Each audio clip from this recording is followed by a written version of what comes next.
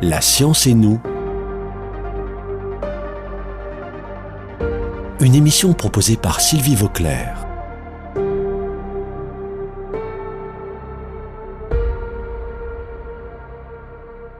Je suis aujourd'hui à nouveau avec Ludwig Klein, qui est astronome à l'Observatoire de Meudon, Paris-Meudon, et qui est en fait radioastronome, qui travaille avec les instruments de radioastronomie de Nançay, en Sologne, entre autres, et qui s'intéresse aux particules chargées très rapides qui nous arrivent du Soleil. Et nous avons parlé la semaine dernière de la couronne solaire qu'on observe quand on a des éclipses. On va en parler un petit peu plus aujourd'hui. D'abord, des éclipses totales de soleil, on peut en voir, les gens peuvent en voir, et en particulier, on va en avoir deux l'année prochaine et l'année d'après, c'est-à-dire en 2026 et 2027, qui seront visibles pas très loin de la France. Est-ce que tu peux nous en dire quelques mots, Ludwig?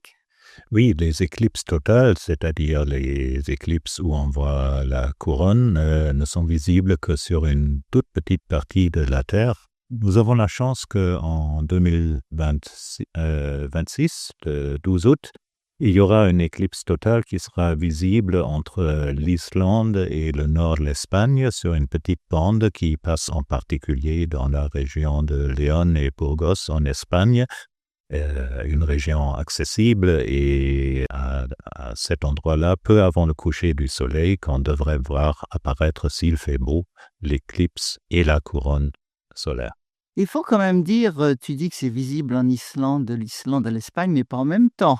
Ça commence en Islande, c'est visible en Islande de quelques minutes, et ensuite, petit à petit, ça se déplace et ça arrive en Espagne le soir. C'est cela, l'ombre de la Lune se déplace sur la surface de la Terre. La totalité dure quelques minutes, et donc on voit apparaître l'ombre de la Lune, et à un certain moment, il fait presque nuit, pas tout à fait, et voilà l'éclipse et la phase de totalité qui nous permet de voir la couronne. C'est-à-dire qu'on voit la Lune qui cache le Soleil en partie, donc avec un croissant qui est de plus en plus petit. Puis à la fin, on voit juste un point lumineux, et quand ce point lumineux disparaît, c'est là qu'apparaît la couronne. C'est cela, et on voit donc la baisse de luminosité sur Terre et la couronne, et on voit des étoiles, comme si c'était pas la nuit profonde, mais comme si c'était le début de la nuit. Et les animaux s'en rendent compte. Les animaux s'en rendent compte, les oiseaux se taisent, et les humains disent « Ah ». Et donc, si les gens ne peuvent pas aller voir cette éclipse du 12 août 2026, il y en a une autre l'année suivante, hein, c'est de la chance, ça. Il y a une deuxième chance, cette fois-ci à plus grande distance, mais dans le sud de l'Espagne, en Andalousie, elle sera visible, et dans le nord d'Afrique, elle sera totale là aussi. C'est le 2 août 2027. Alors maintenant, peut-être que tu peux nous reparler de cette couronne solaire un petit peu plus. Donc, c'est vraiment une zone qui entoure le Soleil, qu'on ne voit pas en général, et qui est très chaude, comme tu nous l'as expliqué la semaine dernière, qui est très chaude, 1 million de degrés, alors que la surface du Soleil est 6000 degrés. Tu nous as aussi parlé du fait que le Soleil est bouillonnant à la surface, et que ça crée de l'énergie, mais qu'on ne sait pas comment cette énergie, est-ce que c'est cette énergie qui chauffe la couronne solaire ou pas, et comment ça se fait? Et donc j'ai cru comprendre qu'il y avait aussi un effet magnétique. Donc est-ce que tu peux nous dire quelques mots sur le champ magnétique du Soleil? Il y a un fort champ magnétique, je crois, dans le Soleil, il est très variable. Il y a un champ magnétique dans le Soleil, et une éclipse est un moyen de le mettre en évidence. Pas forcément à l'œil, mais quand on regarde une photo lors d'une phase de totalité, on voit la couronne, et la photo a en général été prise avec des filtres qui mettent en évidence les couches externes, qui montrent la couronne sur une plus grande distance. Et là, on s'aperçoit que la couronne n'est pas une sphère, comme la photosphère, comme la sphère de lumière. Le Soleil nous apparaît rond, quand on regarde une photo. Mais la couronne n'est pas ronde, elle est irrégulière. Il y a des régions brillantes, il y a des régions moins brillantes. Et le mécanisme qui fait cela, c'est le champ magnétique. La couronne est constituée de particules électriquement chargées, notamment des électrons. Les mouvements de ces particules sont guidés par le champ magnétique, comme l'émail de fer dans l'expérience de l'école. Vous savez peut-être qu'on visualise des champs magnétiques d'un aimant, le champ magnétique d'un aimant, en mettant une feuille de papier dessus et saupoudrant de l'émail de fer. Et on voit apparaître le fait que les éléments de l'émail de fer s'allongent le long des lignes de force du champ magnétique. Et de la même façon, les électrons et les protons suivent les lignes de force du champ magnétique dans la couronne. Et ça crée cette irrégularité de la couronne par rapport à la photosphère qui est parfaitement ronde. Et ce champ magnétique, en fait, il y en a qui part du soleil, qui revient, ça fait des boucles. Et là, il y a aussi ce qu'on appelle des protubérances. Et puis, il y en a d'autres qui partent dans l'espace. Tout à fait.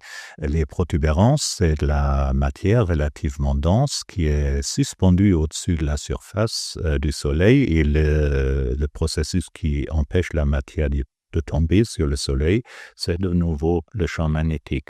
Et donc là, on voit effectivement qu'il y a des boucles de champ magnétique. Les deux pieds des boucles, si j'ose dire, sont ancrés à l'intérieur. Et dans d'autres régions, il y a un pied qui est ancré à l'intérieur et l'autre pied est ancré quelque part dans le système planétaire, dans une planète. En tout cas, là, la matière peut s'échapper librement. Nous avons parlé du vent solaire, qui est la conséquence de l'atmosphère chaude, et à grande altitude, le vent solaire emmène tout le champ magnétique dans l'espace interplanétaire. Le champ magnétique n'est pas assez fort pour retenir la couronne au Soleil. Et alors, sur la surface du Soleil, il y a des effets du champ magnétique, ce qu'on appelle les taches solaires. Les taches solaires, c'est des régions sombres qu'on a commencé à étudier avec des lunettes, initialement en regardant fort imprudemment le Soleil à travers une lunette. Ah oui, parce qu'il faut faire très attention, ça brûle les yeux. Ça brûle les yeux, c'est-à-dire l'observateur au début du XVIIe siècle a noté que ça faisait quand même un peu mal aux yeux. Et il ne faut pas faire cela. Mais on a ensuite développé des techniques plus sophistiquées pour observer des taches qui étaient à la surface du Soleil. Le Soleil dit des taches relativement petites par rapport au diamètre de 1,4 million de kilomètres, mais qui ont quand même la taille de la Terre. Et ces taches sont sombres et on a constaté au début du XXe siècle, c'est là que des champs magnétiques très intenses émergent de l'intérieur du Soleil et se poursuivent dans l'atmosphère et la couronne. Et ça change tout le temps. Donc ça change tout le temps. D'ailleurs, quand on voit plusieurs éclipses de soleil à plusieurs années d'intervalle, on s'aperçoit que la couronne n'est pas la même, n'a pas la même forme. Et ce champ magnétique, en fait, il varie en permanence. Et il y a même un cycle d'à peu près 11 ans, des périodes où il y a beaucoup de taches solaires et des périodes où il n'y en a presque pas. Oui, les 11 ans, c'est une durée moyenne entre deux moments successifs où il n'y a pas de taches solaires pendant des mois ou des semaines et des mois. Et entre deux, il y a des périodes où il y a des taches solaires sur le Soleil et nous sommes actuellement à la fin d'un maximum du Soleil, donc avec un nombre relativement grand de taches sur le Soleil qu'on voit. Avec un instrument adéquat, on ne les voit pas à l'œil nu en général. Donc en fait, on peut observer les éclipses totales de soleil, la couronne à ce moment-là proche du soleil. Et il y a des instruments qui ont été développés pour observer cette couronne solaire, même en dehors des éclipses, qu'on appelle les coronographes. Oui, au XIXe siècle, on a fait un tourisme scientifique vers les éclipses très très intense, parce que les éclipses totales étaient le seul moyen d'observer la couronne solaire.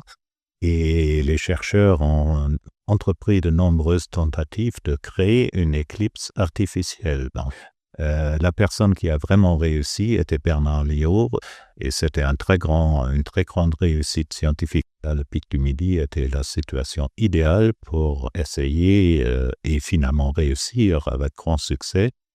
Et aujourd'hui, le coronographe, avec le principe de LIO, est un instrument qui peut être embarqué dans l'espace, et on l'a vu depuis les années 1970 avec la station spatiale américaine Skylab, qui nous a montré une couronne complètement inattendue, très très dynamique. Et depuis 1995, il y a un instrument, un satellite de l'Agence spatiale européenne, en coopération avec la NASA, avec des instruments de coronographie qui nous montrent la couronne sans interruption. Donc, alors que lors d'une éclipse totale, on voit la couronne pendant quelques minutes. Là, on voit la couronne, si on exagère un peu, depuis 1995 sans interruption. C'est SOHO. Et cet instrument s'appelle le Solar and Heliospheric Observatory, SOHO. Et en plus, on voit la couronne là avec ce qu'on appelle des grandes éjections coronales, c'est-à-dire des éjections du Soleil la couronne qui se développe extrêmement loin du Soleil. Oui, et cette couronne est très dynamique parce que le champ magnétique du Soleil est ancré dans une sphère de gaz qui est en ébullition permanente. On le voit à la surface. Et ce champ magnétique n'est pas si stable que le champ magnétique d'un aimant, qui est une barre de fer qui d'un jour à l'autre ne change pas du tout. Le champ magnétique du Soleil change d'un jour à l'autre et même à l'intérieur de quelques heures, quelques minutes parfois. Et ça crée entre autres des espèces d'instabilité où le champ magnétique de la couronne se déconnecte et part dans l'espace interplanétaire avec la matière qu'il confine. Et c'est ce qu'on appelle des éjections de masse. Et on a parlé de bourrasques dans le vent solaire. Et les éjections de masse sont donc des instabilités du champ magnétique de la couronne solaire qui éjecte de la matière dans l'espace interplanétaire. Et il y a donc de cette matière qui nous arrive chez nous, sur la Terre. Et je crois qu'on va en reparler la semaine prochaine. Si tu veux bien, tu reviens avec nous la semaine prochaine. Avec grand plaisir. Merci Ludwig.